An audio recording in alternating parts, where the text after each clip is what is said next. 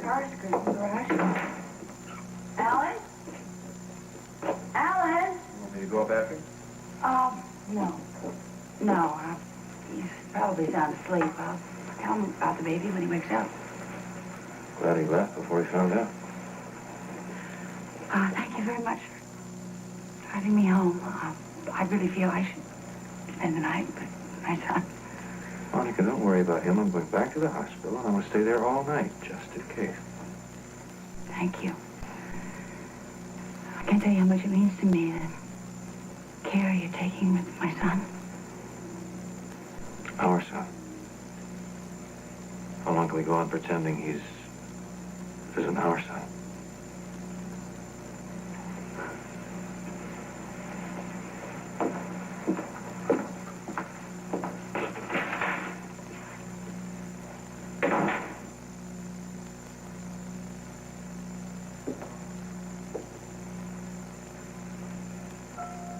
Alan?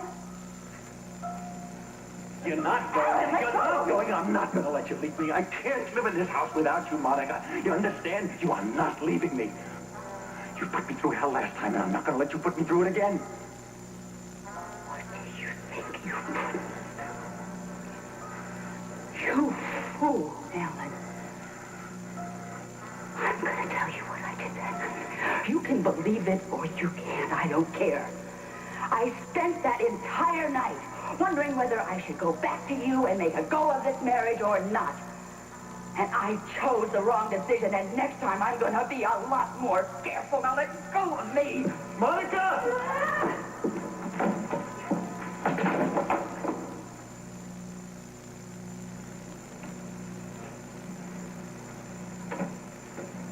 Alan?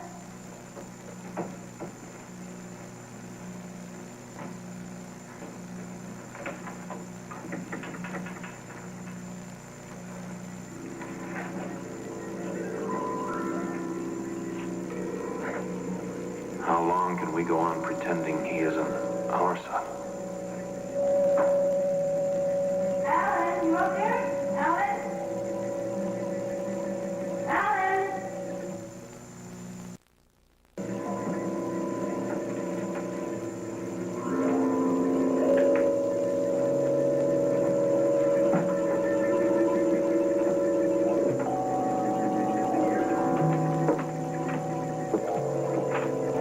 Alan?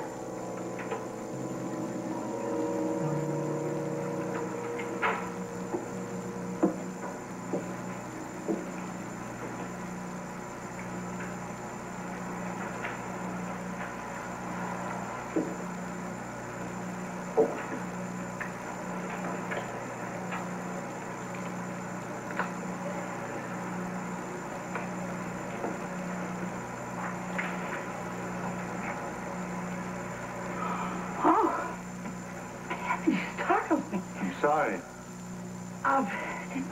Did you hear me calling you? Yes, just now when I came upstairs. What, were you in the living room? Yes, I was asleep on the couch downstairs, and then I woke up, and I came up here, and that's when I heard you calling. Well, I've been trying to phone you all day. The baby had a relapse. But he's all right. He's all right now. And I wasn't there with you. You must have been so worried, Monica. Well, I really thought we were going to lose him for a while. Should have been there with you. But you did have Rick there with you. Yes, he drove me home. He's going to stay with the baby in ICU tonight. Oh, that's wonderful. Then we can be alone tonight. Look, could we go back down to the second floor? Really, it's cold up here. I'm really exhausted. Let me take the candle.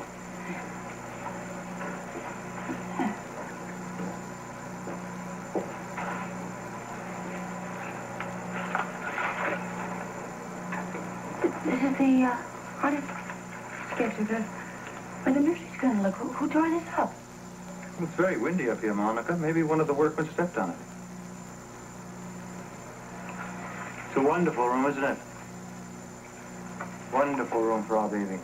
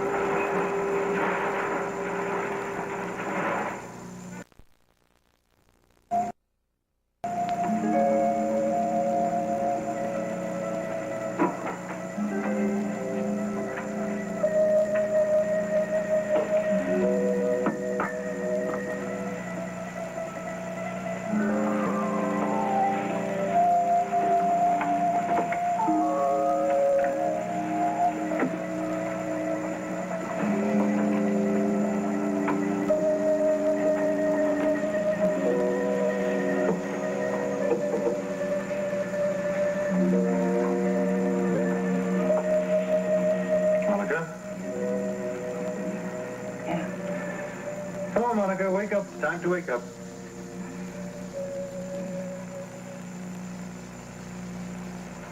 Where am I? Don't panic. You're in your own bed. Oh, what time is it? Have I overslept? Now, don't worry about a thing. Look, you needed to get a good night's sleep, and I wanted to make sure that you did.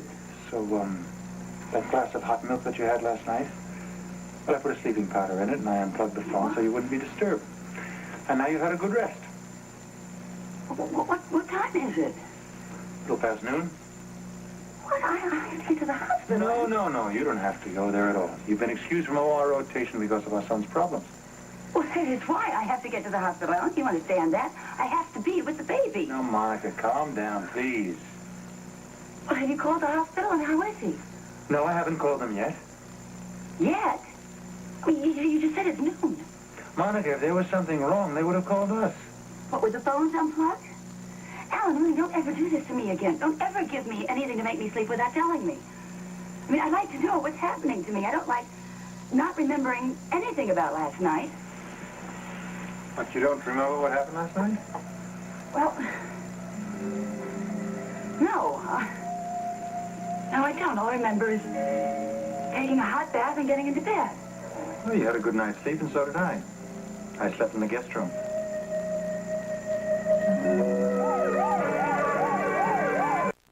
I just spoke to the hospital. Our son's condition is stable, and he's breathing on his own again. Thank God. I spoke to Aunt Logan at the main desk. May I ask what explanation you gave? There wasn't any explanation necessary. I told her that we needed to get some sleep. We did exactly that. We felt fine. We'd be in an hour. I see. Monica, you know, you're not eating your breakfast. You really got to start eating again if you're going to regain your strength, you know. I don't have an appetite, Alan. Oh, okay. Shall we go in then? I need to talk to you. Yes, of course. I've been trying to control it, but I have to tell you, I am very angry. Well, I'm sorry to hear that. I don't understand your behavior lately. Whatever is going on inside you, I'm really worried about it. I don't like it. You know, it worries me to hear you say that, Monica. Our son was critically ill yesterday afternoon. I mean, his condition had not stabilized, and all of a sudden you disappeared from the hospital. That's true. Why? I mean, how could you do that? Well, I just couldn't take the strain anymore, Monica, and rather than humiliate either of us by me collapsing in the middle of the hospital, I thought that it would be better if I came home to get some rest. I see. Does that mean you find my explanation satisfactory? Well, it isn't like you to leave without telling me. Well, as I told you, I was about ready to collapse. When I got home, I actually passed out on the sofa. That's how tired I was. And just leave me alone in the hospital? I didn't leave you alone, Monica. I left you there with Rick. I knew that you were in good hands, and I also knew that the both of you were perfectly capable of looking after our baby. Well, I tried. We all tried to phone you here. Oh, yes, well, I told Stella to go home when I arrived. And as I said to you before, I passed out on the couch as soon as I came home. Obviously, that's why I didn't hear the phone ring. Monica, why is it that you're so eager to punish me for last night and for yesterday? I mean, neither of us had slept since the baby had surgery. We both needed to sleep very badly, and we got it. So, what is it that's bothering you? Well, maybe it's the fact that you gave me a sleeping powder without telling me. Alan, if you ever do something like that again, I'll... You what? You what, Monica? You'll leave me? You'll take our son and you'll move out of the house? No, I don't think so. Alan Quartermain Jr.'s just inherited a lot of money in that trust fund, hasn't he? More than enough to keep any woman happy. So, I kind of have a feeling you're going to stay around the house to enjoy it. Don't you agree? I told you when we signed over those transfer papers that trust fund money means absolutely nothing to me. You know something, Monica? I never realized just how much money does mean to you, no matter how much you pretend that it doesn't. But it's all right. I understand. It probably has to do with your background. You understand, I mean, the fact that you were an abandoned child and you were... Did you just hear me? I said the money means nothing. You know, Monica, the other thing is you really shouldn't be making idle threats, things that you don't intend to fulfill. It's really terribly unwise. Now, insofar as the sleeping powder is concerned, I apologize for that. I thought that I was doing you a favor. I assure you it won't happen again. If in the future you ever have to lie awake, I'll leave that to you. But I'll make certain that you remember everything that happened. Excuse me. Oh, excuse me, sir. Yes, Stella. Mr. and Mrs. Baldwin are downstairs. They're asking to see you both. Thank you.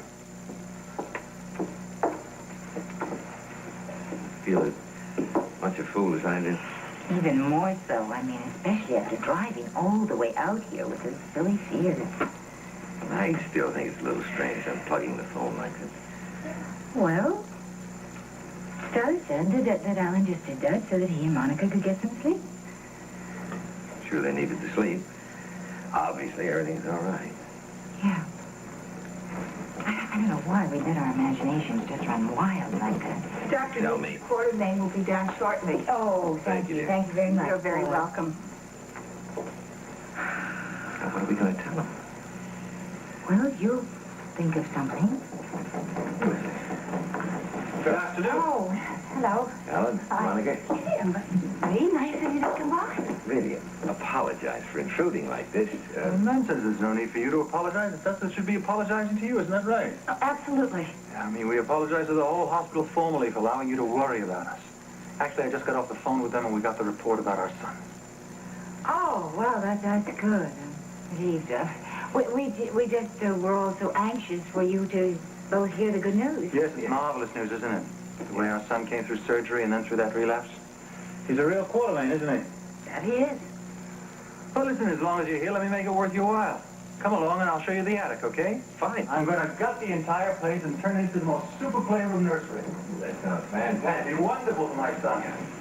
Monica, tell me the truth. Is everything all right? Oh, of course it is, Gail. Listen, Alan just, well, we were both exhausted and had to sleep in. I really don't know what everybody is making such a big deal about. You don't? No, I don't. I mean, we simply felt that we deserved some time off. I mean, I agreed with Alan about that. Besides, Rick promised that he would stay with the baby all night. Yes. Of course, well, I'm very relieved. I mean, I was just telling Lee before you came down, and we both felt so foolish, and now I feel embarrassed. I apologize for worrying about you. Don't apologize again. Monica, what is it? It's just, if I ever do need friends like you and me, I just want to make sure that you'd be around. Well, like you were when I fell down the stairs, remember? Well, we will be, I promise you that.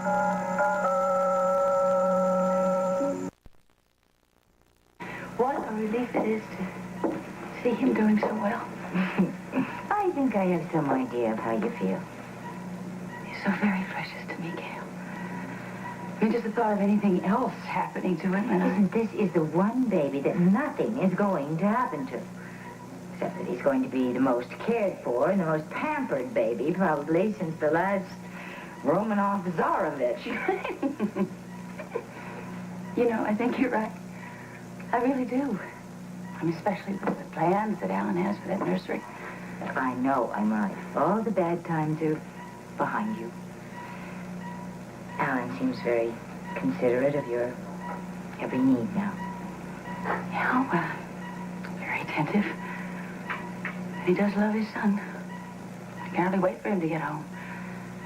You know, showing Lee the attic today, I mean, it is an obsession with him. Alan is bound and determined to have that nursery completely done for the baby's homecoming. Yeah, I don't think I've ever seen a more devoted father. He wants to have the christening party the same day the baby gets home. Oh, well, that's a lovely idea. Except it's kind of a shame, you know, just to have one child to enjoy that beautiful attic playroom. Have you, thought about having other children? No. No, I don't think so. I really don't. I think this one is enough. I mean, all my love is focused right on him. And he is the baby that Alan has always wanted. He's the quartermain heir. So I think perhaps we'll We'll just settle for this trial. Anna. Monica's right, Gail. I totally agree with her. This baby's enough. I have the son I've always wanted.